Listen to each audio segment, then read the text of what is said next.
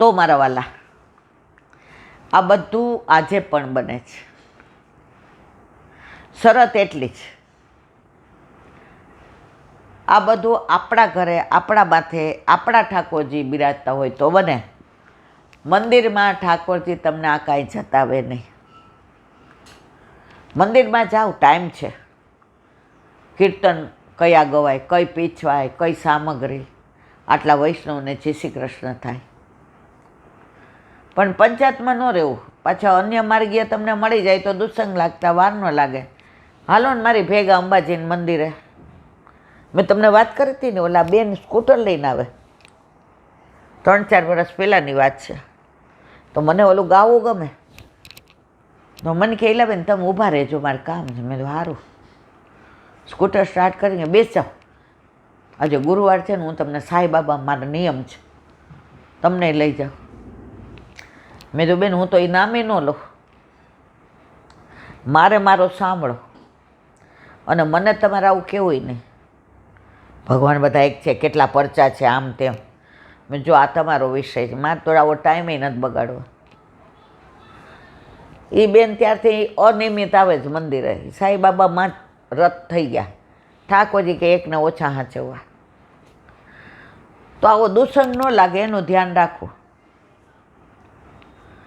તો આવી અદ્ભુત લીલાઓ આજે આપણે જવાનું છે લૌકિકમાં. એટલે હવે અહીંયા વિરામ આપીએ. વલ્લભ સાખી. હરિરાય મહાપ્રભુજી કી. કાલે આપણે ગોકુલચંદ્રમાજીનું, આજે મદન મોહનજી જે કામવનમાં બિરાજે છે, 84મી સાખી. શ્રી દ્વારકે સતદ પાવમે ગોકુલેશ વ્રજભૂપ અદભુત ગોકુલ ચંદ્રમા મનમથ મોહન રૂપ શ્રી વલ્લભ મનમથ મોહન રૂપ. સાતે સ્વરૂપનું વર્ણન હરિરાયજી અહીં કરે છે. આપણે 1-1.5 વર્ષ પહેલાં સાતે સ્વરૂપનું, સાતે નિધિનું બધો સત્સંગ થઈ ગયો છે. એટલે વધુ વિવરણ ન કરતા હરિરાયજી જે વર્ણન કરે છે એનું થોડું વર્ણન કર્યું. મનમંથ એટલે કામ, જે કામને પણ હરાવી દે એ મનમંથ રૂપ. મદન મોહનજીનું સ્વરૂપ ક્યાંથી પધાર્યું? વલ્લભના કુળમાં યજ્ઞ નારાયણ ભટ્ટ ત્યાં એ સોમયજ્ઞ કર્યો. તો એમાંથી આ મદન મોહનજીનું સ્વરૂપ પ્રગટ થઈને કહ્યું, ભટ્ટજી તમારા કુળમાં 100 યજ્ઞ પૂરા થશે ત્યારે હું સાક્ષાત પૂર્ણ પુરુષોત્તમ પ્રગટ થઈશ. તો આ સ્વરૂપ યજ્ઞ નારાયણ ભટ્ટને યજ્ઞમાંથી મળ્યું. એ પછી છેવટે બધા પાસે જો યજ્ઞ નારાયણે 5 યજ્ઞ કર્યા. એમના પુત્ર ગંગાધર ભટ્ટ, એમના વાળમાંથી ગંગાની ધારાઓ જતી હતી, એમણે 32 કર્યા. એમના પુત્ર ગણપતિ ભટ્ટ, જેનામાં ગણપતિનું સામર્થ્ય હતું, એમણે 28 કર્યા. એમના બાલમ ભટ્ટ, એમણે 5 કર્યા. એમના પછી લક્ષ્મણ ભટ્ટ, એમણે 5 કર્યા. 100 થયા. હવે રાહ જુએ. અને 100 થયા તો ચંપારણમાં આપણા પ્રાણ પ્યારા, આપણા પોષી પુરુષોત્તમ શ્રી વલ્લભનું પ્રાગટ્ય થયું. તો આ મદન મોહનજીનું સ્વરૂપ સામનેજી સહિત યજ્ઞમાંથી પ્રગટ થયું. અને ગુસાઈજીએ 7મા લાલજી ઘનશ્યામજી, જેનું બીજું નામ શું? પ્રાણવલ્લભ, એમના માથે પધરાયું. અને આજે એમના જ વંશમાં ઘનશ્યામલાલજી એમના માથે આ સ્વરૂપ મદન મોહનજીનું યુગલ સ્વરૂપે કામવનમાં બિરાજે છે. એમની ઘણી લીલાઓ છે, પણ બધી લીલાનું વર્ણન ન કરતા આપણે એક લીલાનું વર્ણન કરી અને વિરામ આપીશું. ઘનશ્યામજી વિરહનું સ્વરૂપ હતું. ઐશ્વર્ય, વીર, યશ, શ્રી, જ્ઞાન અને વૈરાગ્યનું સ્વરૂપ હતું. એમને એમના ઠાકોરજી સિવાય બીજા શેમાંય રસ નહોતો. આખો દિવસ ઠાકોરજીને પાસે જ હોય. ફૂલે પોતે ચૂંટે ને, માળાજી પોતે કરે ને, સામગ્રી પોતે કરે ને, બુહારી પોતે કરે ને, મંદિર વસ્ત્ર પોતે કરે ને, પાત્ર પોતે કરે ને, વસ્ત્ર પોતે કરે ને, અને આખો જે વીંજળો ઝૂલે. હવે એકવાર એ સ્વરૂપ એક બાળકના લાલને બહુ આસક્તિ હતી, પણ હવે કાંઈ મગાઈ દે, જેના માથે જે સ્વરૂપ પધાર્યું હોય એની સેવા કરે. હવે ઉનાળાનો ગ્રીષ્મ ઋતુ, ઠાકોરજીના તત્સુખનો વિચાર.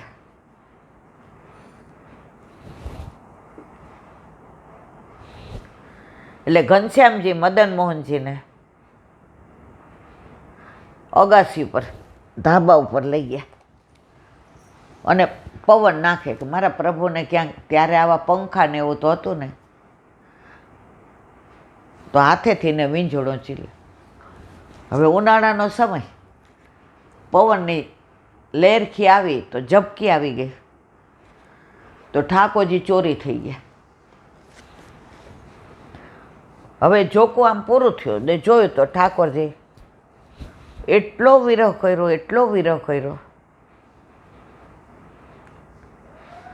ઠાકોરજી વિના એક પળ રહી શકે નહીં એવા ઘનશ્યામજી 3 દિવસ ને 3 રાત ન ખાવું, ન પીવું, ન બોલવું, ન ચાલવું, ન જાવું, ન આવવું, ન કોઈ દેહના ધર્મો નહીં. સદેહે ઠાકોરજી લીલામાં લઈ ગયા, દેહ સહિત. હવે દેહ તો ત્યાં રહ્યો ને, તો એમનો ઉપરણો ત્યાં હતો. એ ઉપરણો ગોકુળમાં ભોયરામાં એમના બેઠકજી છે.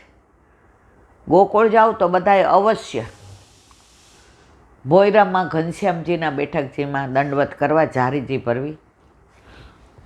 અત્યારે તો બધા કહે છે વ્યવસ્થા સરસ થઈ ગઈ. અમે તો જ્યારે જાતા ત્યારે અંદર અંધારું હોય, એટલે દીવો લઈને જવાનો અને દંડવત કરી નીચે પગથિયા ઉતારવાના છે 8-10, અને અંધારું કે મારું કામ. દંડવત કરીને આવતા કે એમના જેવો વિરહ, એમના જેવો વૈરાગ્ય આપણને થાય. તો એવા મદન મોહનજી આજે કામવનમાં બિરાજે છે. એમને દંડવત કરી આ સાખીને વિરામ આપીએ. કાલે 85મી.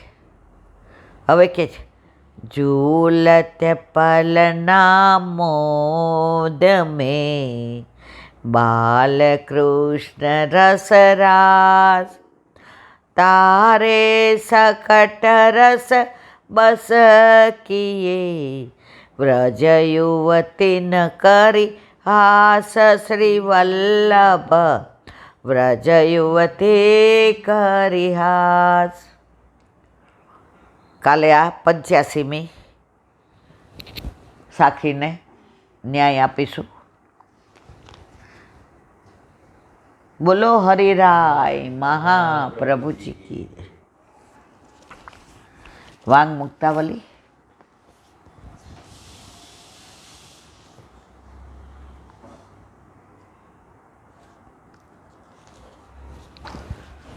વૈષ્ણવોનું શું કર્તવ્ય, કેવી રીતે સેવા સ્મરણ સત્સંગ કરવો, એનું વિવરણ હરિરાયજી આપણને સમજાવે છે. સર્વદોષ નિવૃત્ય ધર્મ ત્વમેવ હરો વશી. એનું ગુજરાતી.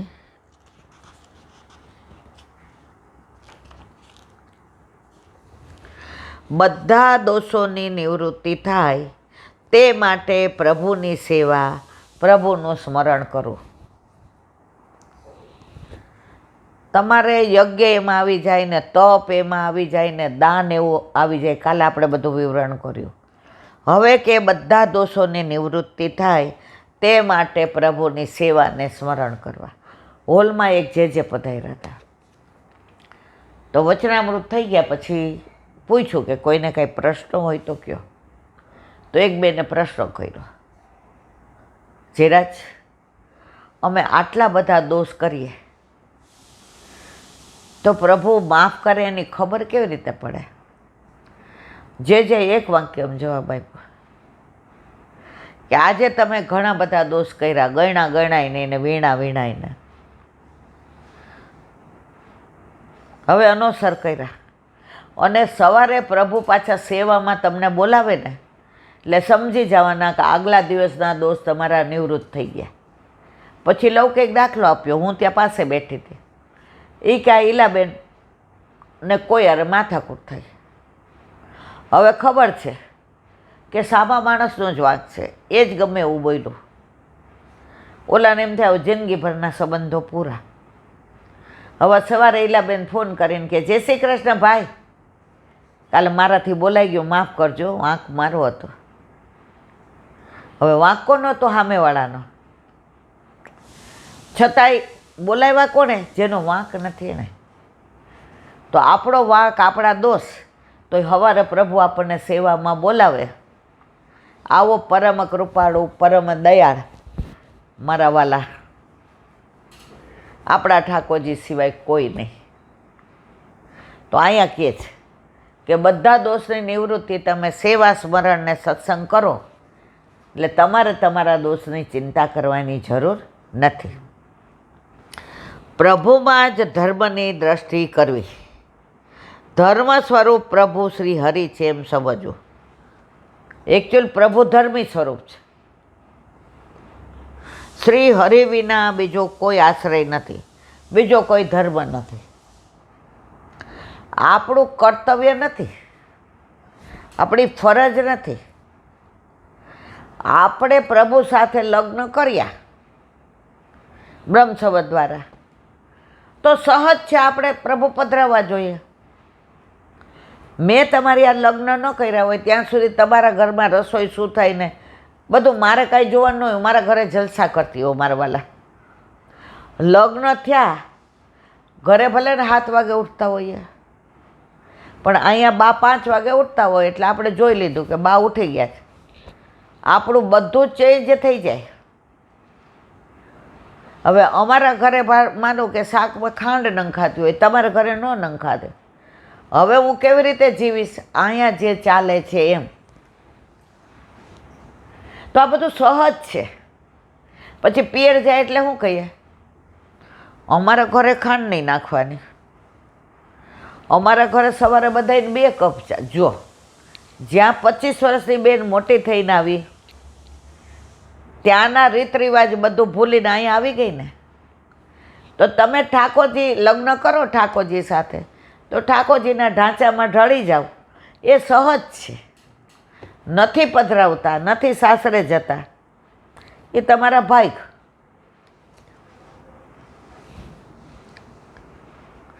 બીજા ધર્મો ઉપરથી આસક્તિ ઉઠી જાય ત્યારે સર્વ દોષો ચાલ્યા જાય. ઘણા